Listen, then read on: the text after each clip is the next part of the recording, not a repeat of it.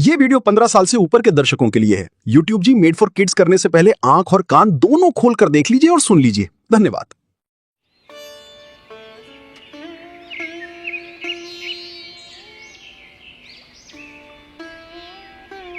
मोहन एक गरीब मजदूर था। भीषण गर्मी शुरू हो चुकी थी और गांव के गरीब परिवार सबसे ज्यादा परेशान थे।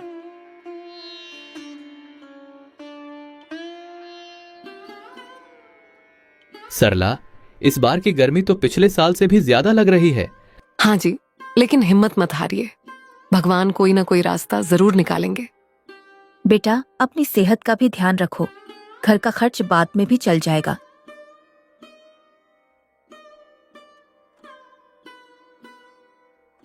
अम्मा, अगर मैं काम नहीं करूंगा तो घर में खाना कैसे आएगा? बाबा, आज मेरे लिए आम लाओगे ना?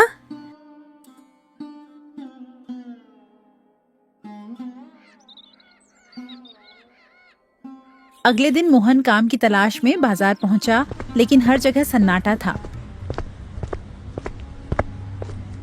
भाई, कोई मजदूरी का काम मिलेगा क्या? नहीं मोहन, गर्मी की वजह से काम बंद पड़ा है।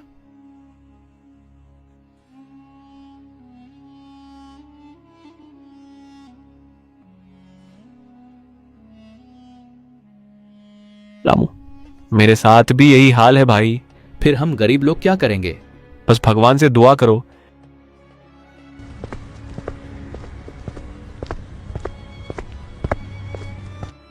शाम को खाली हाथ लौटते समय मोहन बहुत उदास था।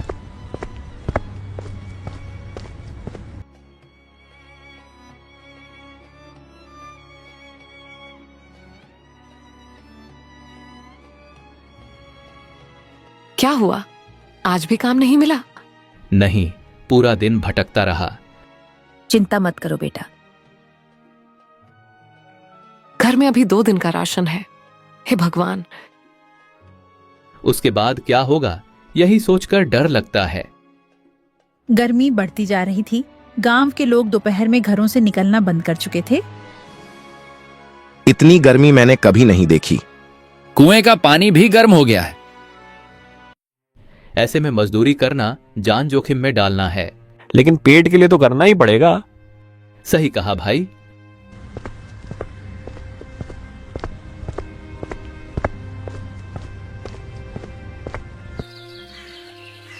अगले दिन मोहन को गोदाम में सामान ढोने का काम मिल गया।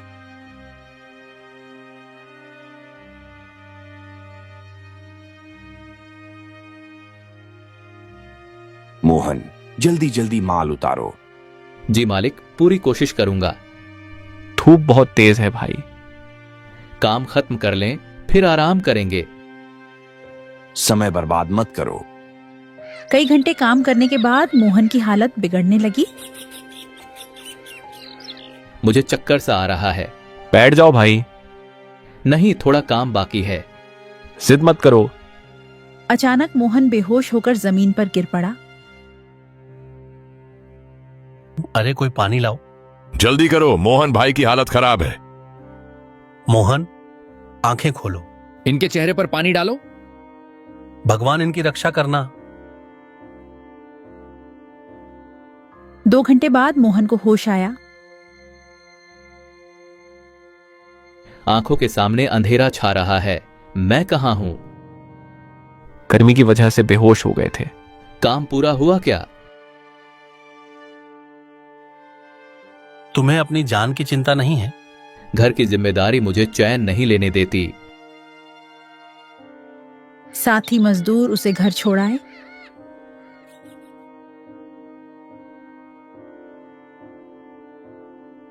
इन्हें क्या हो गया? गर्मी की वजह से बेहोश हो गए थे। बेटा, अब आराम करो। आराम करने से घर नहीं चलता अम्मा। पहले आप ठीक हो जाइए। अगले दिन मोहन अस्पताल पहुंचा। शरीर में पानी की भारी कमी है। क्या मैं कल से काम पर जा सकता हूं? बिल्कुल नहीं। इन्हें कितने दिन आराम करना होगा? कम से कम 1 सप्ताह। डॉक्टर की बात सुनकर मोहन चिंतित हो गया। एक हफ्ता बिना काम के कैसे रहूंगा? हम संभाल लेंगे। भरोसा है लेकिन डर भी है। डर से कुछ नहीं होगा। उसी शाम मोहन मंदिर चला गया। हे भगवान, मेरे परिवार की रक्षा करना। बेटा, सच्चे मन से प्रार्थना करो। मैं बहुत परेशान हूं। कठिन समय हमेशा नहीं रहता।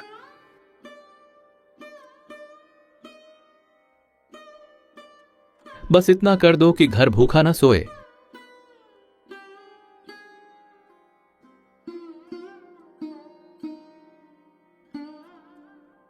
मंदिर की सीढ़ियों पर बैठे बैठे मोहन ने एक सेठ का पर्स गिरते देखा।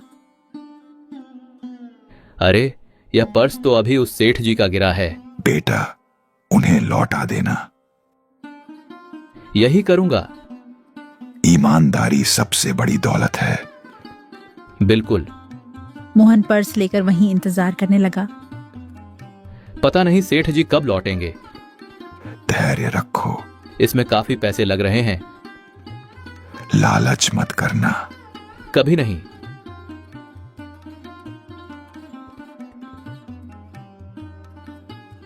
कुछ देर बाद सेठ जी वापस आए। सेठ जी, आपका पर्स गिर गया था। अरे, तुमने खोला तो नहीं? जरूरत ही नहीं पड़ी। सेठ जी उसकी ईमानदारी से प्रभावित हुए। इसमें बहुत जरूरी कागज थे। यह आपका सामान था। ये कुछ पैसे रख लो। माफ कीजिए, मैं नहीं ले सकता। आजकल ऐसे लोग बहुत कम मिलते हैं। क्या काम करते हो? मजदूरी करता हूँ। आजकल काम कैसा चल रहा है? गर्मी ने सब बिगाड़ दिया। समझ गया। मेरी हवेली पर आ जाना। किस लिए सेठ जी? शायद तुम्हारे लिए एक काम हो। सच? हाँ, जरूर आना। सेठ जी ने उसे 2 दिन बाद मिलने के लिए बुलाया। मोहन खुश होकर घर लौटा। आज चेहरे पर मुस्कान क्यों है? भगवान ने शायद मेरी सुन ली। क्या हुआ बेटा? एक सेठ जी ने बुलाया है। ये बहुत अच्छी खबर है।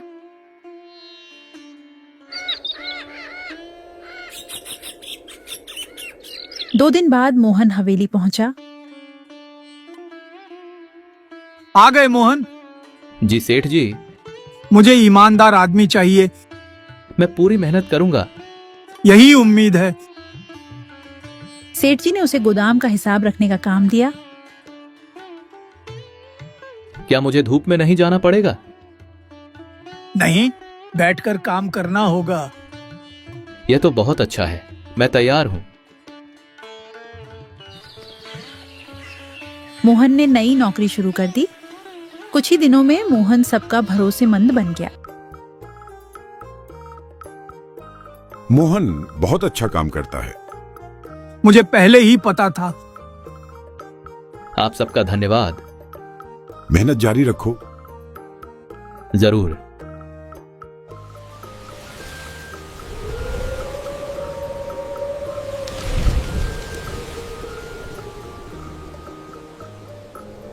लेकिन गांव में गर्मी का संकट बढ़ता जा रहा था। कई लोग बीमार पड़ रहे हैं। घरों में आग जैसी गर्मी है। इसका कोई उपाय होना चाहिए। काश कोई रास्ता मिल जाए।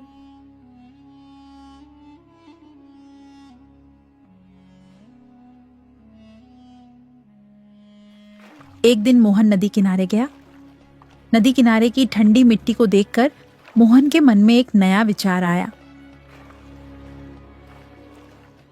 यहां तो काफी ठंडक है। नदी के पास गर्मी कम लगती है। यह मिट्टी भी ठंडी है। हाँ, बिल्कुल। मुझे एक विचार आया है। यह मिट्टी कितनी ठंडी है। अगर इससे कोई घर बनाया जाए तो अंदर गर्मी कम लग सकती है। तुम्हारी बात में दम तो है, लेकिन ऐसा घर बनाना आसान नहीं होगा।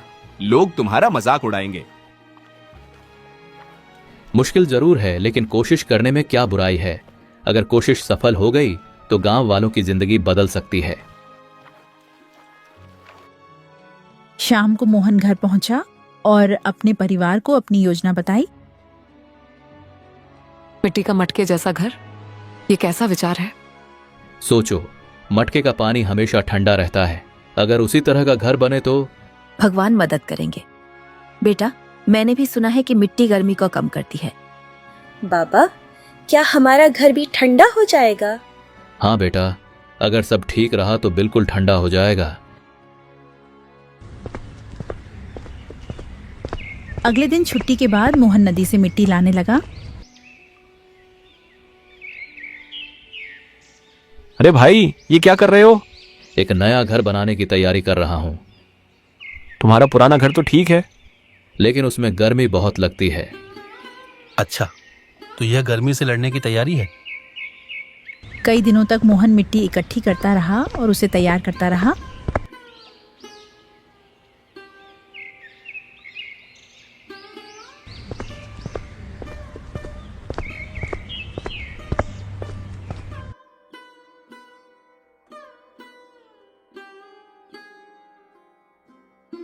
आप सुबह नौकरी करते हैं और शाम को ये काम, थक नहीं जाते? थक जाता हूं, लेकिन गांव के लिए कुछ करना चाहता हूं। मेहनत कभी बेकार नहीं जाती बेटा। मैं भी आपकी मदद करूंगी। तुम्हारा साथ ही मेरी सबसे बड़ी ताकत है।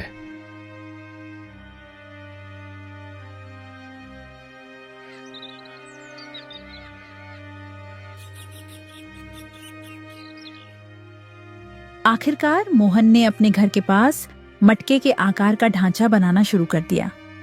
ये क्या बना रहा है? लगता है गर्मी ने इसका दिमाग खराब कर दिया है। हंस लो भाई, लेकिन काम पूरा होने दो। पहली बार हर चीज अजीब ही लगती है। कई दिनों की मेहनत के बाद ढांचा तैयार हो गया।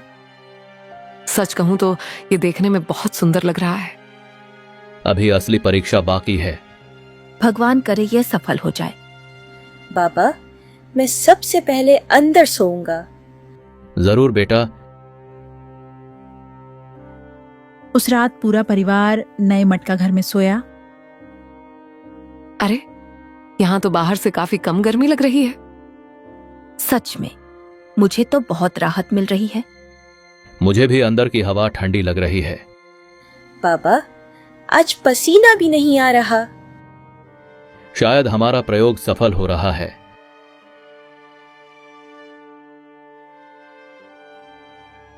अगले दिन मोहन ने एक और उपाय किया। ये गीला कपड़ा छत पर क्यों डाल रहे हैं? मटके को भी गीले कपड़े से ढका जाता है ना, इससे मिट्टी और ठंडी रहेगी। सही कहा। अब तो घर और ठंडा हो जाएगा। दोपहर की भीषण गर्मी में भी घर के अंदर ठंडक बनी रही।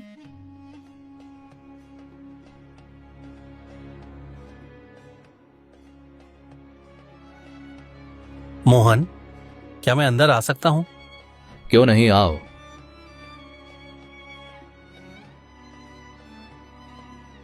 अरे वाह, यहां तो बाहर जैसी गर्मी बिल्कुल नहीं है। यही तो मैं साबित करना चाहता था। ये तो कमाल हो गया भाई। कुछ ही दिनों में मोहन के मटका घर की चर्चा पूरे गांव में फैल गई।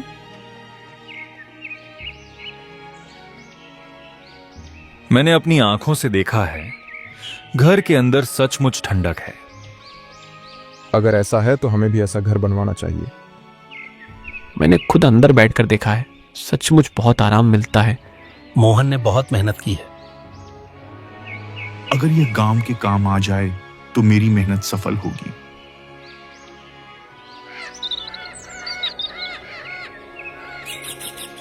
कुछ ही दिनों में मोहन के मटका घर को लोग दूर दूर से देखने आने लगे।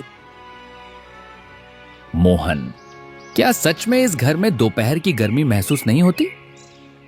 गर्मी तो लगती है चाचा, लेकिन बाहर के मुकाबले बहुत कम। मिट्टी और गीले कपड़े की वजह से घर काफी ठंडा रहता है। ऐसा घर हमने कभी नहीं देखा। अगर ऐसा है तो हमारे बच्चों को भी राहत मिल सकती है। अगर आप लोग चाहें तो मैं तरीका सबको सिखा सकता हूं।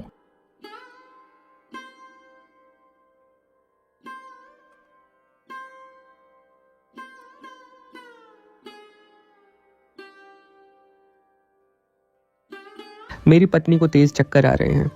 मेरा बेटा सुबह से बुखार और कमजोरी से परेशान है। गर्मी इस बार बहुत नुकसान करेगी। सभी लोगों को ज्यादा से ज्यादा पानी पीना चाहिए। लेकिन केवल पानी से काम नहीं चल रहा। उसी सप्ताह गर्मी का प्रकोप और बढ़ गया। कई लोग बीमार पड़ने लगे। गांव के वैद्य के घर मरीजों की भीड़ लग गई। गर्मी की वजह से लोगों के शरीर में पानी की कमी हो रही है। वैद्य जी कोई उपाय बताइए। धूप से बचो और ठंडी जगह पर आराम करो। लेकिन हमारे घर तो भट्टी जैसे तप रहे हैं। यही सबसे बड़ी समस्या है। मोहन ने गांव वालों की परेशानी देखी तो उसे चिंता होने लगी। अगर लोगों को ठंडी जगह मिल जाए तो शायद उनकी हालत सुधर सकती है। क्यों ना कुछ बीमार लोगों को हमारे मटका घर में रखा जाए। हाँ, हमें दूसरों की मदद करनी चाहिए। आखिर इंसानियत सबसे बड़ी चीज होती है। उसी दिन 2 बीमार लोगों को मोहन के घर लाया गया।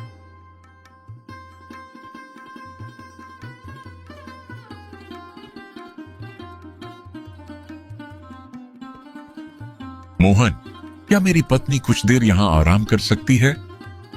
बिल्कुल चाचा, यह घर सिर्फ हमारा नहीं, पूरे गांव का है। अंदर आते ही थोड़ी राहत महसूस हो रही है। आप आराम से लेट जाइए।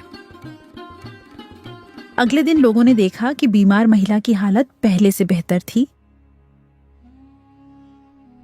धीरे धीरे और लोग भी मटका घर देखने आने लगे। यह मिट्टी और पानी का कमाल है। मोहन, क्या हमारे लिए भी ऐसा घर बन सकता है? क्यों नहीं, लेकिन इसमें मेहनत लगेगी। मेहनत हम करेंगे, बस हमें तरीका बता दो। अब तो पूरा गांव तैयार है, फिर हम सब मिलकर काम शुरू करेंगे।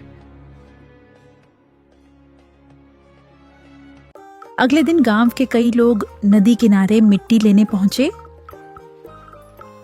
भाइयों, ज्यादा गहरी खुदाई मत करना, मिट्टी अच्छी और चिकनी होनी चाहिए। इतना काम तो हमने पहले कभी नहीं किया। अच्छे परिणाम के लिए मेहनत जरूरी है। यही तो गांव की ताकत है। मैं किसी को मजबूर नहीं कर रहा। गांव के लोग सुबह शाम मेहनत करके मिट्टी तैयार करने लगे। कुछ लोगों ने अब भी मोहन की योजना पर भरोसा नहीं किया। कुछ ही दिनों में पहला नया मटका घर तैयार हो गया।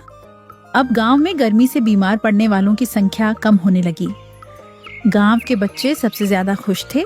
कुछ समय बाद आसपास के गांवों में भी इस मटका घर की चर्चा होने लगी।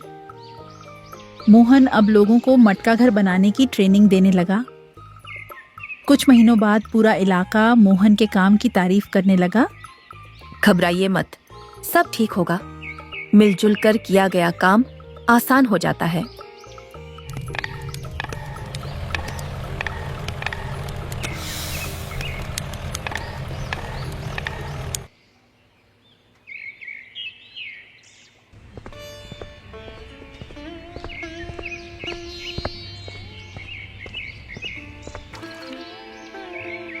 बहुत पुराने समय की बात है। एक छोटे से गांव में गुड़िया नाम की 11 साल की लड़की अपनी माँ के साथ रहती थी। 3 दिनों तक गांव को यह एहसास ही नहीं हुआ कि कुएं पर उसकी माँ क्यों नहीं दिखी, और वह घर जो कभी आवाजों से भरा रहता था अचानक इतना खामोश क्यों हो गया।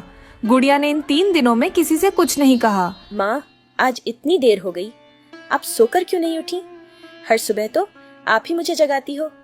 माँ, आंखें खोलो। लगता है माँ को कुछ ज्यादा ही नींद आ रही है।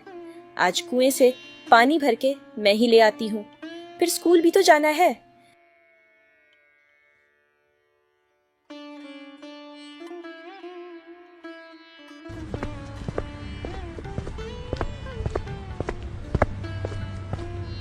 पहली सुबह इतना सोचकर गुड़िया एक बाल्टी लेकर कुएं के पास चली गई।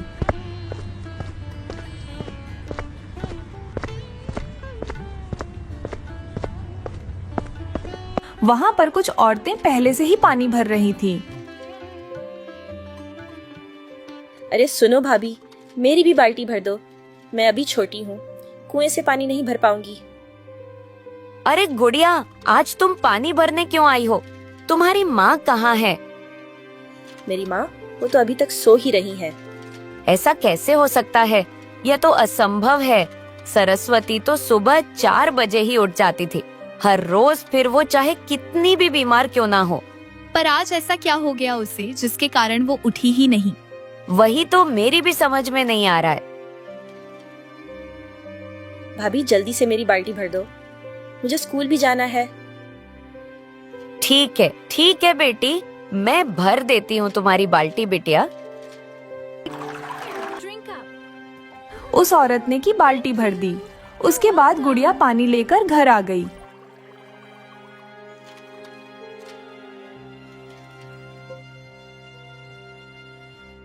माँ, आप तो अभी तक सो रही हो, बहुत आलसी हो गई हो आप। चलिए कोई बात नहीं, मैं अकेले ही तैयार हो जाऊंगी आज।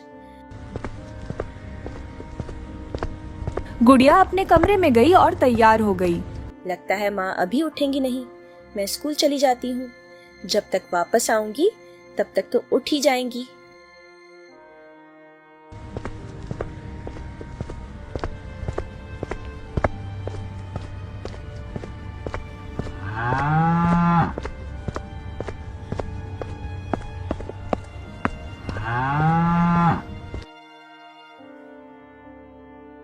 गुड़िया फिर से अपनी माँ के पास चली गई।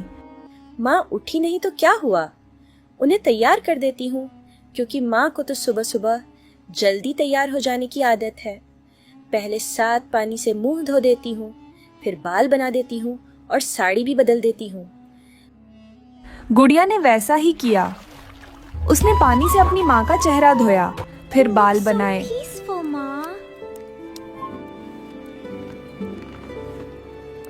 फिर उनकी साड़ी भी बदल दी, लेकिन उसकी माँ टस से मस नहीं हुई। पता नहीं माँ को क्या हो गया है, आज इतनी गहरी नींद में सो रही है कि सांस भी नहीं ले रही। कोई बात नहीं माँ।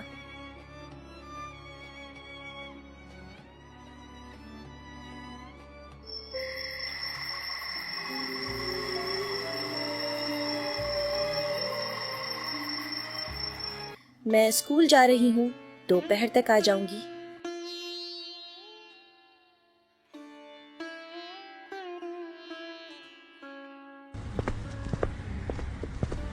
इतना बोलकर गुड़िया ने अपना बैग उठाया, घर से बाहर गई, बाहर से ताला लगा दिया और स्कूल चली गई।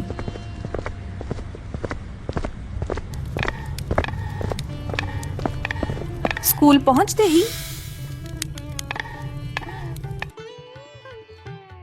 अरे गुड़िया, हर रोज तो तुम्हारी माँ तुम्हें स्कूल छोड़ने आती थी, फिर आज क्या हो गया? अरे शीला, मेरी माँ अभी तक सो रही है, इसलिए वह आज मेरे साथ नहीं आई है। ये कैसी अजीब बात है गुड़िया। हम सब स्कूल आ गए हैं, सूरज सर पर चढ़ गया है और तुम्हारी माँ अभी तक सो रही है। अरे सो रही है तो सोने दो, तुम लोगों को क्या लेना देना। चलो क्लासरूम में चलते हैं। वहीं दूसरी तरफ कुछ गांव वाले जब दोपहर के वक्त गुड़िया के घर के बाहर से निकले तो देखा उसके घर पर ताला लगा था। अरे काका, ये सरस्वती चाची कहाँ चली गई आज? वह तो हम सबको अपना परिवार मानती है और कहीं भी जाती हैं तो हमें बता कर जाती हैं। लगता है बेचारी सुबह जल्दी उठकर चली गई होंगी, इसीलिए बताने का मौका नहीं मिला होगा।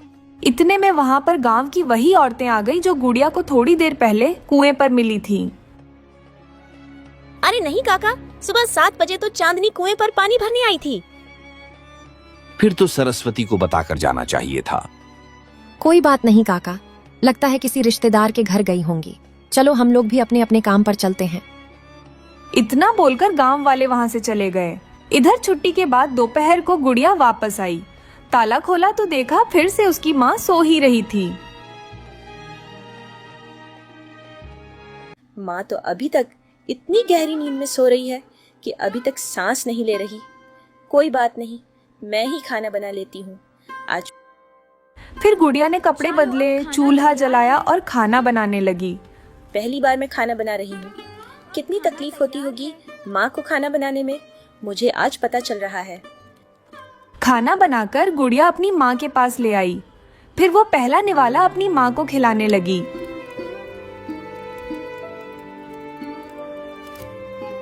माँ खाना तो खा लो, उसके बाद सो जाना। अरे मुंह तो खोलो माँ। लेकिन उसकी माँ तो हिलने का नाम नहीं ले रही थी। उसने जबरदस्ती अपनी माँ के मुंह में खाना डाल दिया। चलो मैं माँ को ज्यादा परेशान नहीं करती, मैं ही खा लेती हूँ। कभी तो माँ की नींद खुलेगी ही, तब मैं पेट भर के खिला दूंगी। तो गुड़िया ने खुद ही खाना खा लिया। फिर उसने होमवर्क किया। धीरे धीरे रात हो गई, लेकिन उसकी माँ की नींद अभी तक नहीं खुली। गुड़िया बड़ी परेशान हो गई।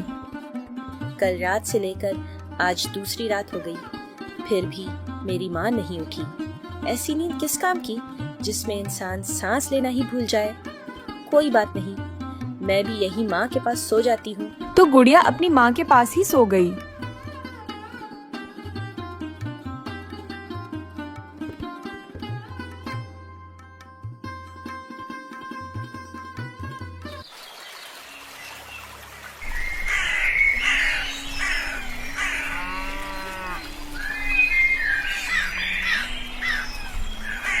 अगली सुबह फिर से उसकी माँ नहीं उठी, लेकिन फिर भी गुड़िया स्कूल जाने के लिए फिर से तैयार हो गई। आज दूसरी सुबह है, जल्दी से उठ जाओ ना, मुझे बड़ी घबराहट हो रही है। गुड़िया के इतना बोलने पर भी उसकी माँ ने कोई जवाब नहीं दिया। कोई बात नहीं माँ, आपका जब तक मन करे तब तक सोती रहो, मैं जा रही हूँ स्कूल। एक बार फिर से गुड़िया घर में ताला लगाकर स्कूल के लिए निकल गई।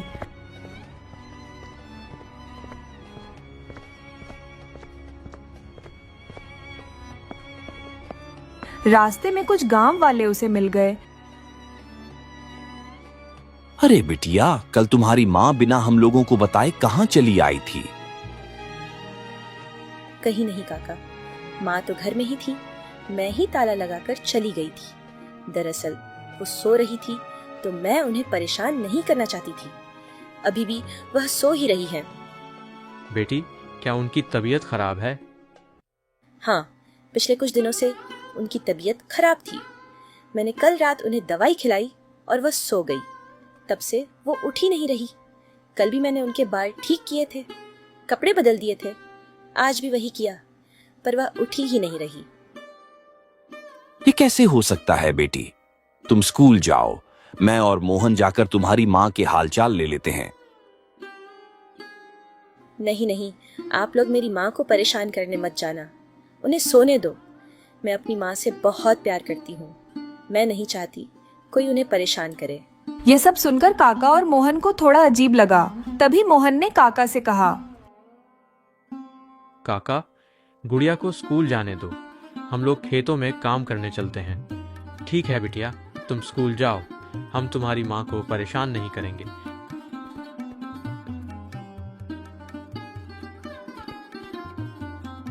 गुड़िया खुशी खुशी स्कूल के लिए चली गई।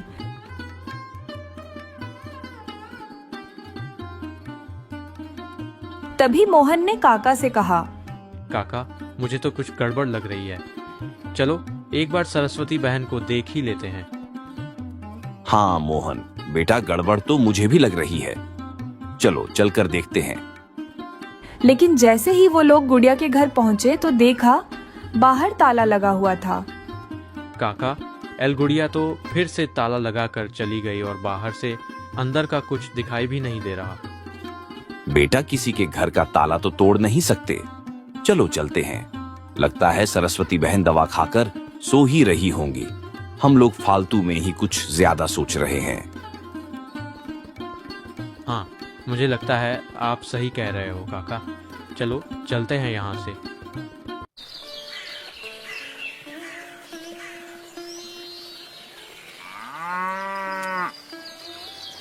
तो इस तरह तीसरे दिन भी गुड़िया ने यही किया।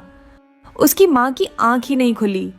लेकिन चौथी रात चांदनी के घर से बदबू आने लगी।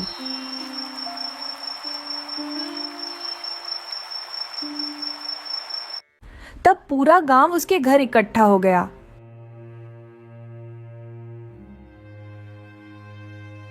तो देखा उसकी माँ इस दुनिया से जा चुकी थी। गुड़िया, इसका मतलब तुम्हारी माँ 3 दिन पहले ही यह दुनिया छोड़कर जा चुकी थी और तुमने हमें आज तक नहीं बताया। उनके मृत शरीर को अपने घर में छुपा कर रखी हुई हो। नहीं, मेरी माँ को कुछ नहीं हुआ है, वो तो बस सो रही हैं। उन्हें परेशान मत करो, जाओ आप लोग। गुड़िया बिटिया को बहुत बड़ा सदमा लग गया है, इसीलिए ये ऐसी हरकतें कर रही थीं। मोहन बेटा, तुम उठाओ जल्दी से सरस्वती बहन को, चलो अंतिम संस्कार करने चलते हैं। नहीं, मेरी माँ को लेकर कहीं मत जाओ, वो सो रही है, सोने दो इन्हें। काका गुड़िया यह मानने को तैयार ही नहीं कि उसकी माँ अब इस दुनिया में नहीं रही। चलो इनका अंतिम संस्कार कर देते हैं, तभी गुड़िया को विश्वास होगा और गुड़िया का रोना भी जरूरी है, वरना सदमे से यह पागल भी हो सकती है। ये आप लोग कैसे पागलों वाली बातें कर रहे हैं? मैंने कहा ना, मेरी माँ सो रही है। मेरी माँ मुझे छोड़कर नहीं जा सकती काका। मोहन बेटा, तुम उठाओ जल्दी से सरस्वती बहन को, चलो अंतिम संस्कार करने चलते हैं। गुड़िया चीखती रही, चिल्लाती रही, लेकिन गांव वाले नहीं माने और उसकी माँ का अंतिम संस्कार कर दिया। अंतिम संस्कार के बाद चांदनी जोर जोर से रोने लगी।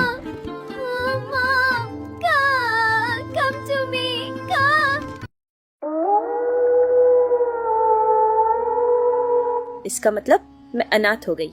इससे तो अच्छा आप लोग मेरी माँ का अंतिम संस्कार ही नहीं करते। कम से कम वो मेरे सामने तो रहती। नहीं गुड़िया बेटी, ऐसा नहीं होता। मरने के बाद इंसान का शरीर सड़ने लगता है। तुम ज्यादा दिन तक उन्हें नहीं रख सकती थी। यकीन करो, तुम्हारी माँ तुम्हें छोड़कर जा चुकी है। और हाँ, तुम अनाथ हो चुकी हो। अनाथ बेटी, तुम्हारा कोई रिश्तेदार हो तो उनके यहाँ चली जाना, क्योंकि यहाँ तो तुम अकेली पड़ गई हो। किसके सहारे रहोगी? हाँ, गुड़िया काका की बात मान लो। अब तुम अनाथ हो चुकी हो। गांव वालों की बातें सुनकर गुड़िया बिलक बिलक कर रोने लगी। खैर, गांव वाले तो दिलासा देकर वहां से चले गए, लेकिन अब गुड़िया अपने घर में बिल्कुल अकेली रह गई थी।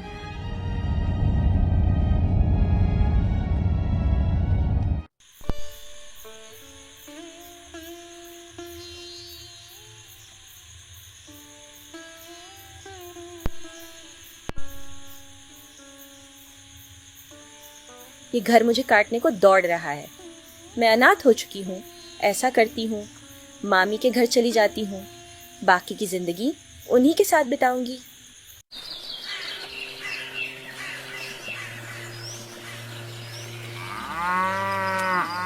गुड़िया ने तुरंत अपने घर में ताला लगाया और किसी दूसरे गांव में अपनी मामी के घर चली गई।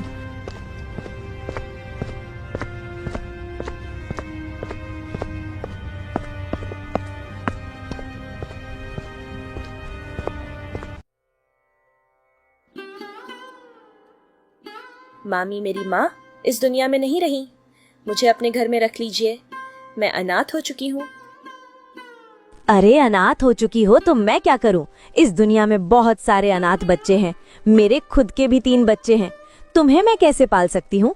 तुम्हारी माँ तो कुछ जमीन जायदाद भी छोड़कर नहीं गई कि हमें तुम्हें पालने का कोई फायदा मिल सके। चलो निकलो यहाँ से, मैं तुम्हें यहाँ नहीं रख सकती। ऐसा मत बोलिए मामी, अब तो मेरा कोई नहीं रहा इस दुनिया में। जब आप ही ऐसी बात करोगी तो बाकी लोग मेरी मदद कैसे करेंगे? मैं कहाँ जाऊंगी? मेरा तो सब कुछ बर्बाद हो गया। चल भाग जा यहाँ से, दोबारा इस गांव में दिखाई भी मत देना, और मुझे मामी तो बिल्कुल मत बुलाना। मेरा तेरे साथ कोई रिश्ता नहीं रहा। तेरी माँ के साथ ये रिश्ता। इतना बोलकर उसकी मामी ने उसे घर से भगा दिया। गुड़िया बेचारी रोते रोते वहाँ से निकल गई।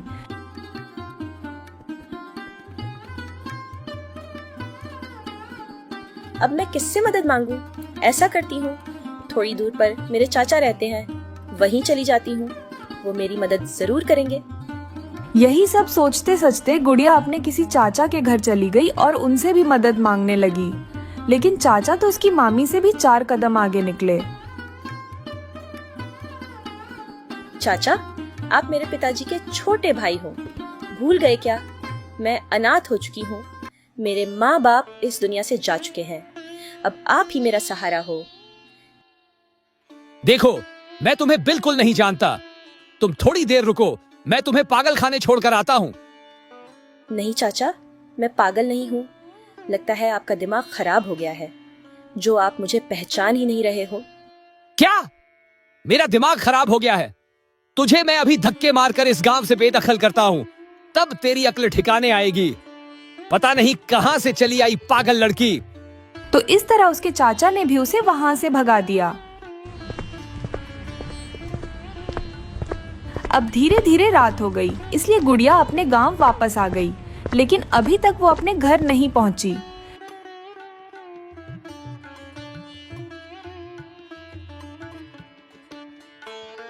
मेरा घर तो मुझे काटने को दौड़ता है।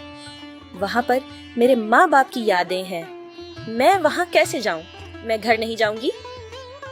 फिर गुड़िया थोड़ा और आगे बढ़ती है, तभी उसे दूर कहीं एक मंदिर दिखाई देता है। मंदिर को देखकर गुड़िया रुक जाती है और कहने लगती है, हाँ, ये सही रहेगा। अब मैं उस मंदिर में ही रहूंगी। भगवान तो मेरी मदद जरूर करेगा। लेकिन जैसे ही मंदिर के पास गई तो वहाँ के पंडित उसे भगाने लगे। ओए लड़की, तू एक अनाथ है। तू इस मंदिर को अपवित्र कर रही है। चल भाग जा यहाँ से, वरना तुझे ऐसा दंड दूंगा कि तू बर्दाश्त भी नहीं कर पाएगी। पंडित जी, अनाथ होने से मैं अपवित्र कैसे हो गई? मैं जानबूझकर तो अनाथ नहीं हुई ना। मेरे रिश्तेदार मेरी मदद नहीं कर रहे। कोई मेरी मदद नहीं कर रहा। कम से कम मुझे यहाँ मंदिर में रहने दीजिए। चुपचाप यहाँ से चली जा, वरना अगर मैंने गांव वालों को बोल दिया तो वह लोग तुझे मार मार कर इस गांव से भी बेदखल कर देंगे। चल भाग यहाँ से। मुझे पूरा मंदिर गंगा जल से धोना पड़ेगा अब।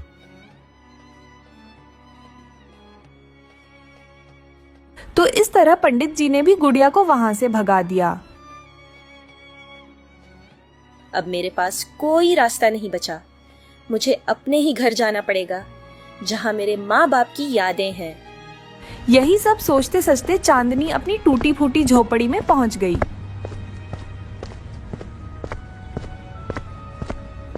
वहां पहुंचते ही फिर से उसे रोना आ गया। हे भगवान, कोई मेरी मदद तो कर नहीं रहा। बस आप मेरी छोटी सी मदद कर देना।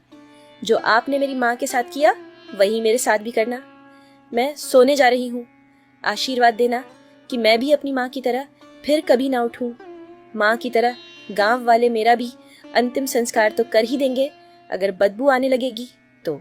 इतना बोलकर गुड़िया चुपचाप वहीं जमीन पर बिना खाए पिए ही सो गई।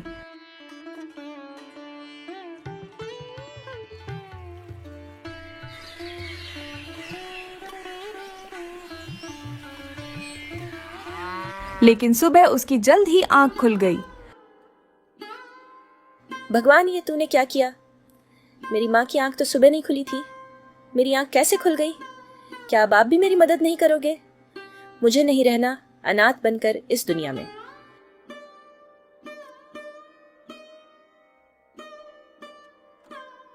तभी गांव की वही औरत गुड़िया के लिए खाना लेकर आ गई। बिटिया, कल तुम कहाँ थी दिन भर? मैंने तुमको कितना ढूंढा, पर तुम कहीं मिली ही नहीं। भाभी, मैं अपने रिश्तेदारों से मदद मांगने गई थी, पर किसी ने मेरी मदद नहीं की। किसी ने मुझे अपने साथ नहीं रखा। यहाँ तक कि मंदिर के पुजारी ने भी मुझे मंदिर में नहीं रहने दिया, क्योंकि यह घर मुझे काटने को दौड़ रहा था। इसलिए मैं कल देर रात वापस इस घर में आ गई। गुड़िया, तुम यहाँ की परंपराओं को तो जानती ही हो। लोग यहाँ अनाथ को अछूत मानते हैं, अपवित्र मानते हैं। कोई भी किसी अनाथ को रखना नहीं चाहेगा। लोगों के पास वैसे ही इतनी समस्याएं हैं, किसी दूसरे की जिम्मेदारी भला कोई क्यों संभालेगा? यह लो, तुम खाना खा लो। कल से तुमने कुछ खाया भी नहीं है। नहीं भाभी, मुझे बिल्कुल भूख नहीं लगी है। ऐसे भूखे रहने से क्या हो जाएगा बेटी? तुम्हारी माँ की आत्मा को शांति तभी मिलेगी जब तुम जिंदगी जियोगी और उनके सपने पूरे करोगी। तुम्हारी माँ का सपना था ना कि तुम पढ़ लिख कर खूब नाम रोशन करो। तो क्या तुम एक अच्छी बेटी होने का फर्ज नहीं निभाओगी? क्या तुम अपने माँ बाप का सपना नहीं पूरा करोगी? उस औरत की बातें सुनकर गुड़िया की थोड़ी हिम्मत बढ़ी। भाभी, आपकी बातों ने मुझे हौसला दिया है।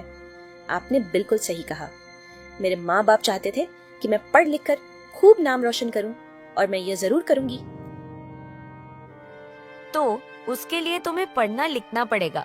पढ़ने लिखने के लिए तुम्हारा स्वस्थ रहना भी जरूरी है, और स्वस्थ रहने के लिए तुम्हें खाना खाना बहुत जरूरी है। तो अब खाना खा लो, मैं तुम्हें अपने हाथों से खाना खिलाती हूँ। वो औरत गुड़िया को खाना खिलाने जा ही रही थी कि तभी गांव वाले वहां पर आ गए। सब के सब बहुत गुस्से में थे उस औरत की यह हरकत देखकर। कविता, ये तुम क्या कर रही हो? तुम इस गांव की परंपरा भूल गई क्या? अनाथों के आसपास भी नहीं भटकना चाहिए, वरना पूरा गांव इससे दूषित हो जाएगा।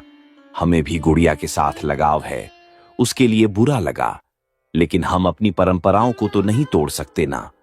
इतना बोलकर मोहन ने खाने की थाली उठाई और घर के बाहर फेंक दी। यह आप लोग क्या कर रहे हैं?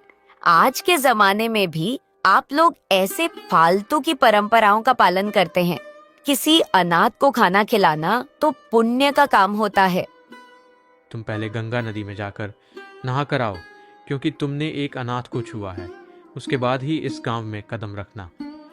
हम लोग भी गंगा नदी में डुबकी लगाने जा रहे हैं, क्योंकि हमने एक अनाथ के घर में कदम रखा है।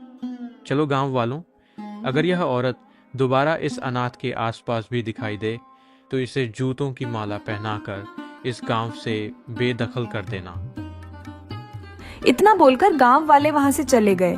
तभी गुड़िया उसी औरत से बोली, भाभी, आप यहाँ से चली जाओ और कभी मेरे पास मत आना, वरना मेरी वजह से आपको यह गांव वाले बेइज्जत करेंगे।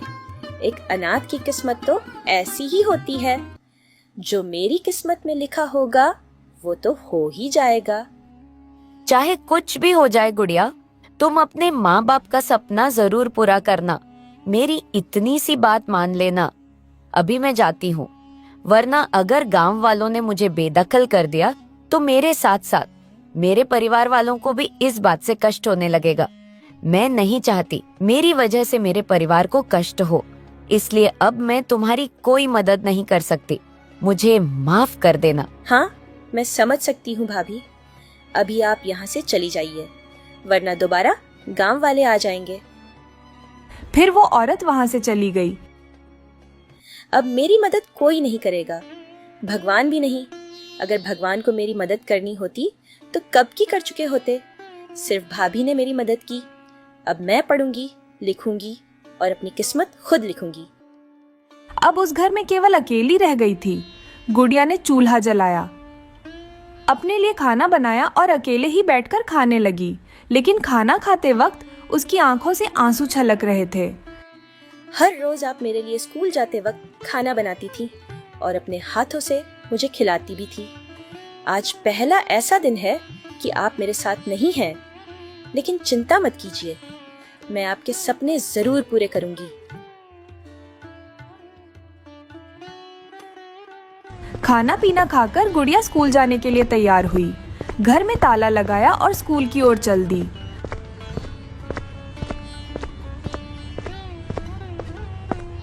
कुछ ही समय में स्कूल पहुंच गई, लेकिन स्कूल के गेट पर पहुंचते ही स्कूल के प्रिंसिपल ने उसे रोक लिया।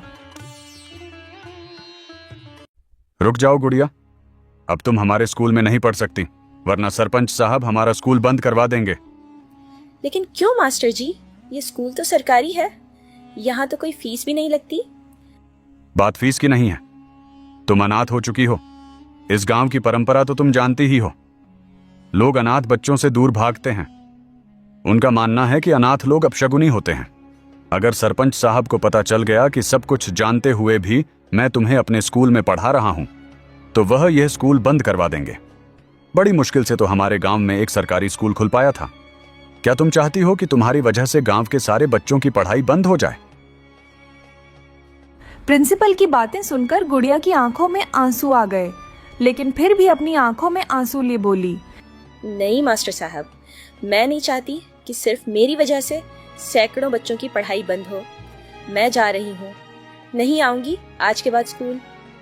इतना कहकर गुड़िया अपने घर की ओर वापस चलती।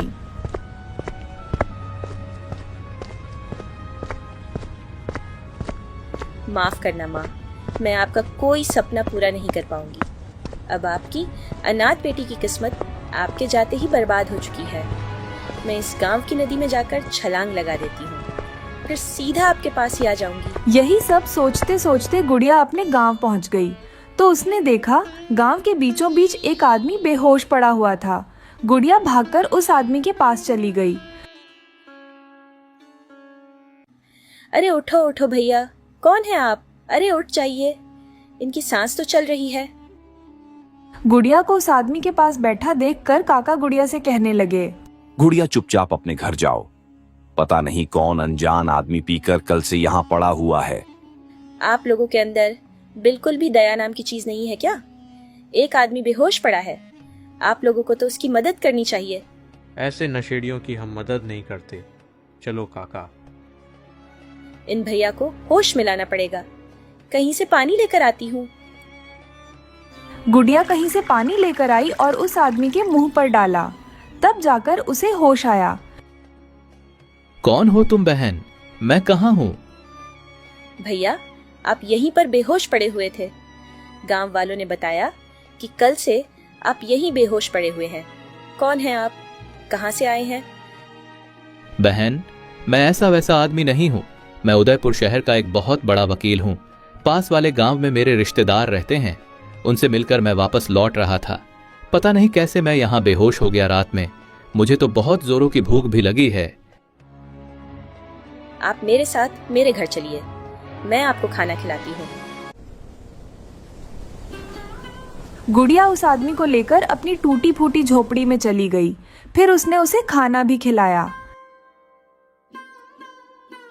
बहन, तुम तो अभी बहुत छोटी हो। इतनी छोटी सी उम्र में तुम यहाँ अकेले रहती हो क्या? भैया, मैं अनाथ हूँ। अभी कुछ दिनों पहले ही मेरी माँ चल बसी।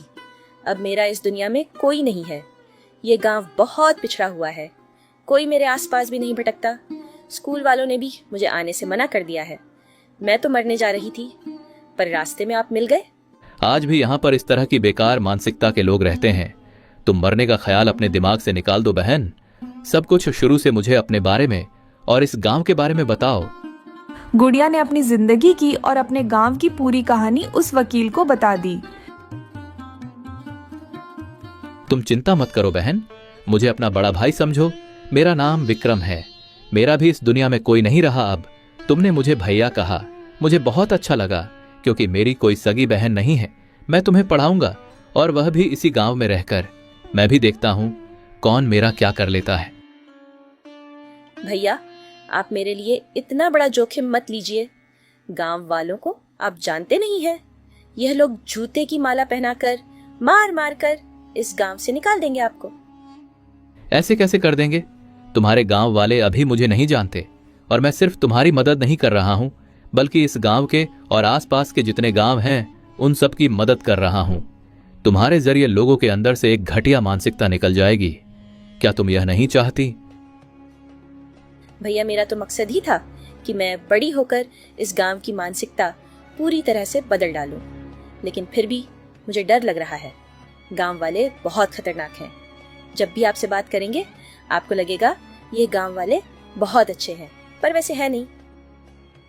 तुम अब सारी चिंता छोड़ दो। मैं थोड़ा बाहर जाता हूँ, शाम तक आ जाऊंगा। कल सुबह तुम मेरे साथ स्कूल चलना। देखता हूँ कौन रोकता है। लेकिन गुड़िया के घर से निकलते हुए गांव वालों ने उसे देख लिया, इसलिए उसे रास्ते में ही रोक लिया उन लोगों ने। देखो शहरी बाबू, जिस लड़की के घर से तुम आए हो वो एक अनाथ है। अब दोबारा उससे कभी मत मिलना, वरना गांव वाले तुम्हें मार मार कर यहाँ से भगा देंगे। विक्रम ने मुस्कुराकर उनकी बात का जवाब दिया। काका, अब वो अनाथ नहीं है, वो मेरी मुंह बोली बहन बन चुकी है। आप सबकी जानकारी के लिए बता दूं कि अब मैं उसी के साथ इसी गांव में रहूंगा। देखता हूं कौन मेरा क्या कर लेता है। इतना बोलकर विक्रम वहां से चला गया। गांव वाले उसकी बात सुनकर दंग रह गए। काका, यह आदमी तो बहुत अकड़ रहा था। लगता है सरपंच साहब से इसकी शिकायत करनी ही पड़ेगी। सही कह रहे हो मोहन, चलो चलते हैं। इतना बोलकर वो लोग वहां से चले गए। वहीं दूसरी तरफ अपने घर में गुड़िया बहुत खुश थी। मुझे पता है जब किसी ने मेरी मदद नहीं की तब आपने ही मेरी मदद की होगी। विक्रम भैया को मेरी मदद करने के लिए आपने ही भेजा है, मुझे अच्छी तरह से पता है। खैर शाम को विक्रम घर वापस आ गया। गुड़िया ने खाना बनाया और दोनों एक साथ बैठकर खाने लगे। बहन, तुम आज के बाद अपने आप को अनाथ मत समझना। कल तैयार हो जाना, मैं तुम्हें स्कूल छोड़ने चलूंगा। ठीक है भैया, अब आप आ गए हैं तो मेरे अंदर से सारा डर खत्म हो गया है।